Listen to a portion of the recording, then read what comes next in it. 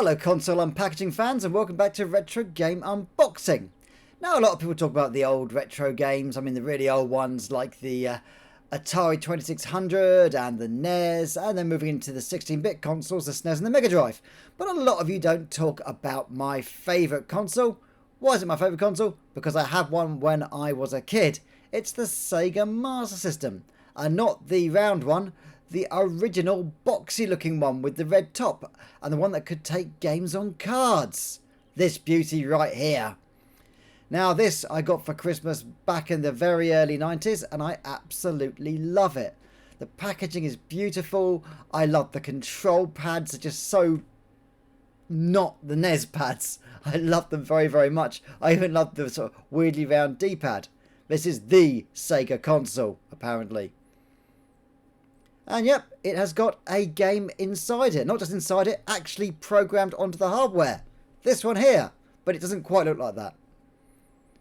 So, let's have a look and see what we've got here. Not quite as exciting as the 16-bit consoles with all the screenshots. You've got one screenshot of Super Hang-On, which is the boxed in pre-programmed. But you've got lovely, lovely peripherals. You've got the 3D glasses, the zapper, the other connector, and you've got the arcade stick, and you've got a load of blunt there in English as well.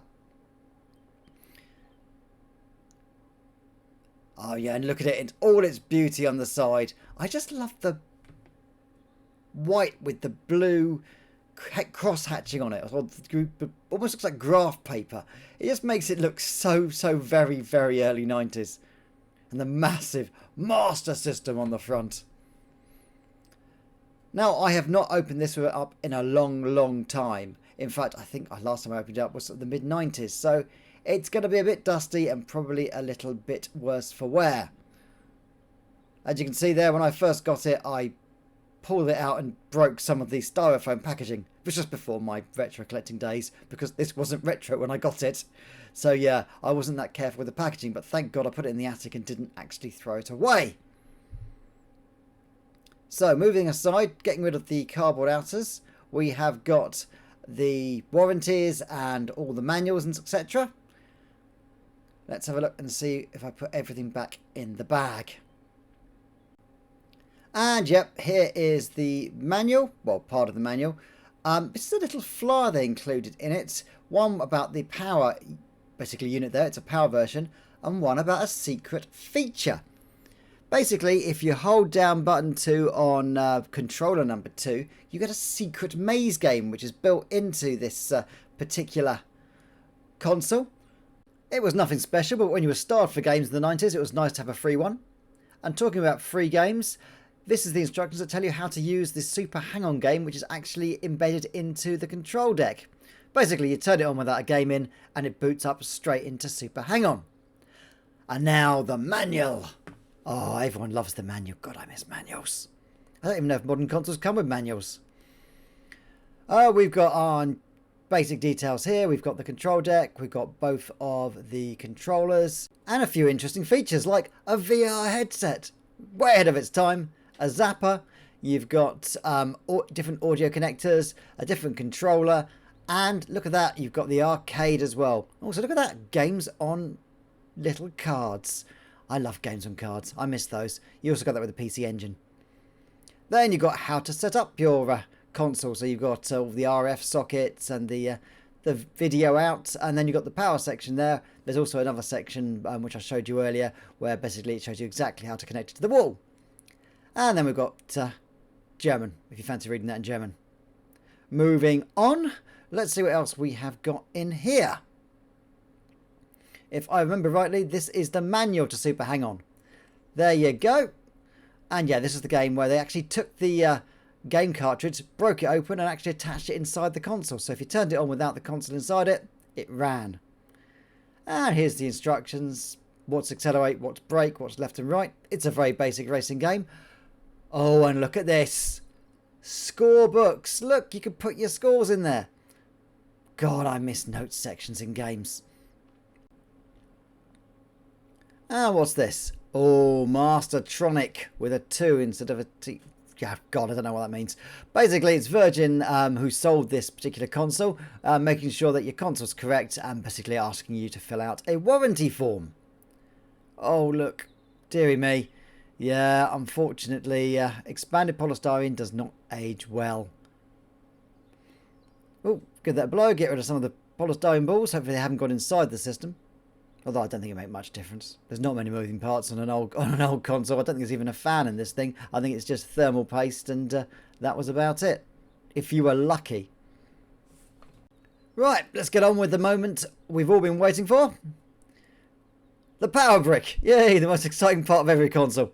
Now, but this is a Sega power brick, so it's lovely, big and chunky. This is a PAL one, so it's a European one. So it's got the 3 plugs, it's got the earth, and it's got the positive and negative.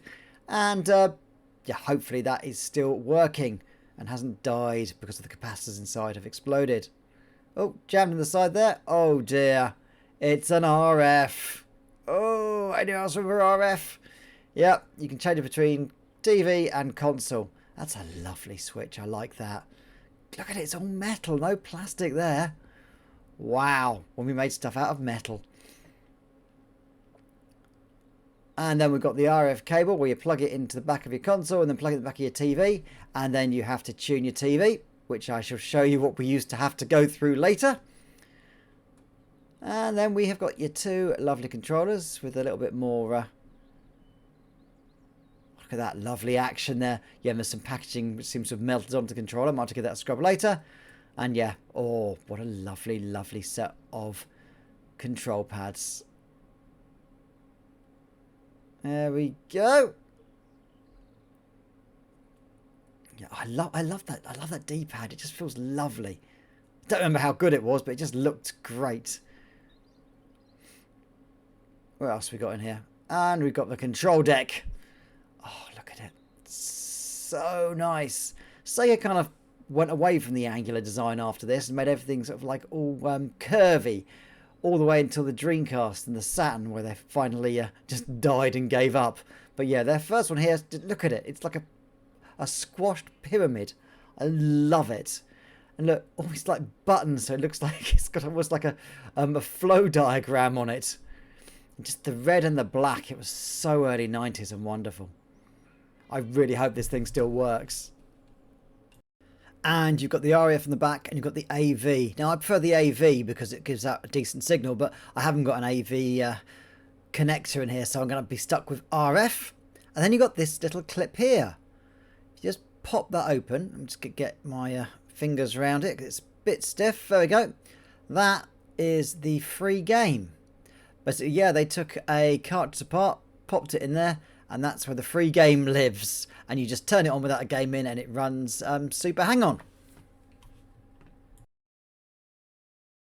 And with that unboxed, let's have a closer look at this and see about the cool 90s design aesthetics. And then we will move on and we'll get it plugged in. I do love this thing.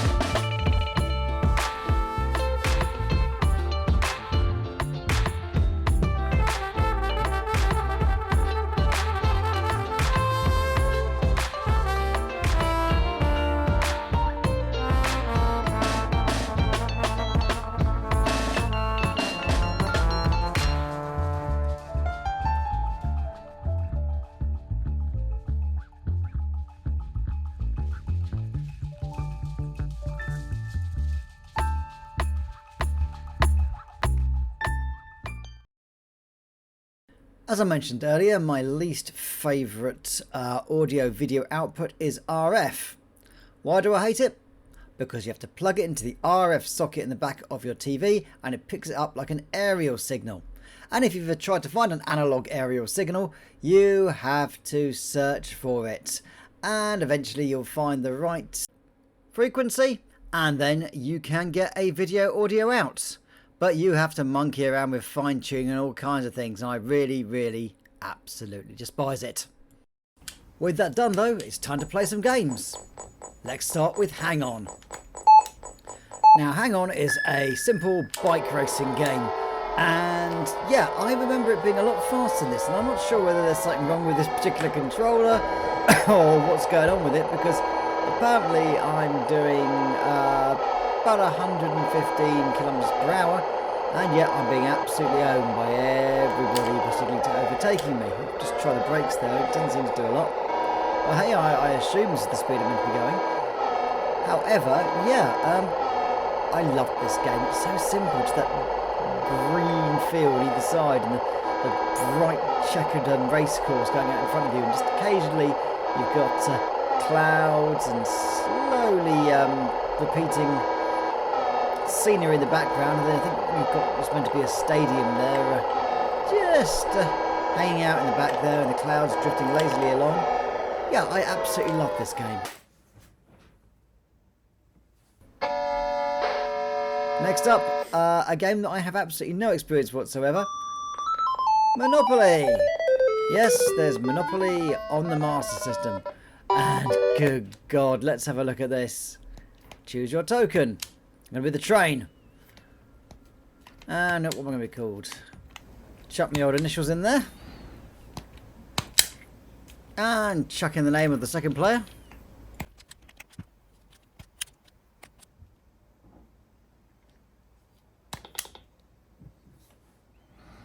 Good God, that's boring.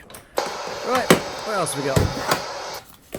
That's what the cartridges look like, by the way. Just square black boxes with a red stripe on top. Very little artwork, and yeah, they were purely functional. Ah, that was Monopoly. Yawn. Right, what have we got next? Oh, Great Golf. And we get the familiar Sega logo with the boom boom noise, which eventually turned into Sega when we got the Master System. And yeah, I have very little experience with golf games. In fact, the only experience I have with golf games is probably that episode of The Simpsons, where Bart gets a golf game instead of whatever the heck the violent Mortal Kombat pastiche was that he wanted. And yep, every time you play golf games, you have to choose Power Drive. So, put my initials in. And right, let's choose wood. I have wood. And iron. I'm not quite sure what I'm choosing here, but that's fair enough. Oh look, it's sort of a weird avant-garde picture, which may or may not be the map of the golf course. Oh, look at that. That took a while to load in that picture. Testing the wind. Choosing my stance. Line it up. And bop. The poorly animated ball soars into the horizon.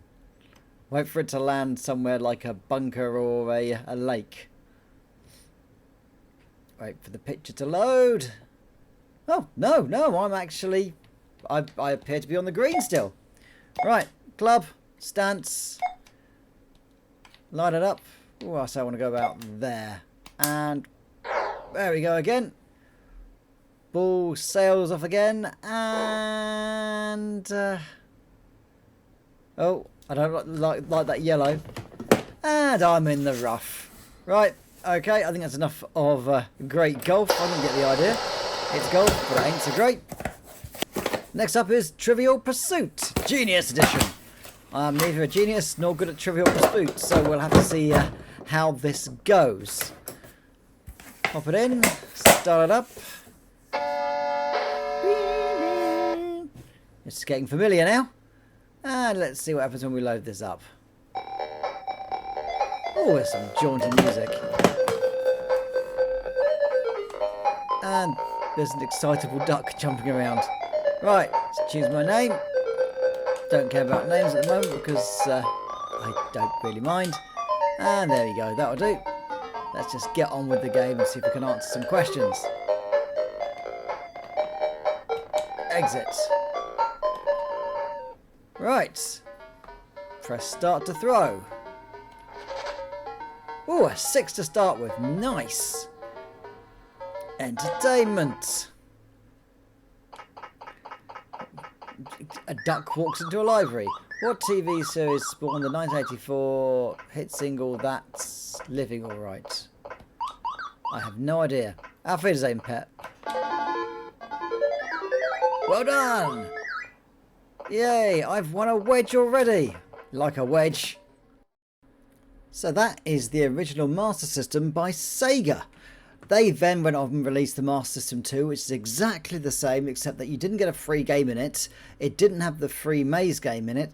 And it was all rounded and looked a little bit more Sega-ish, which a thing which they carried on all the way through to the 32X and the... I'd say probably the Sega Saturn has a little bit of it as well, just black with rounded plastic, whereas this one was nice and angular, had those cool shapes, and I like the red and black. It just felt like its own console and felt very unique compared to the Lunchbox, which was the Nintendo Entertainment System. Not throwing shade on the NES, it is a wonderful console, but I think that the Master System had it hands down with its looks.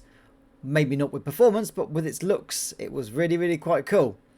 And I always loved the fact that basically you got totally original games with it. So you had a version of Sonic the Hedgehog, but the maps were completely different, the graphics were completely different. And you had versions of all the Sega classics. They just had a much more stylised look to them to fit on the 8-bit console. And I absolutely loved the aesthetic. It just felt like my childhood. I very, very much enjoy this console, and I'm really, really glad that you can spend some time with me unboxing my old, much loved 8-bit treasure. If you enjoyed this video, don't forget to like and subscribe. It really helps the channel out and it makes me smile. Stay safe. Speak to you soon.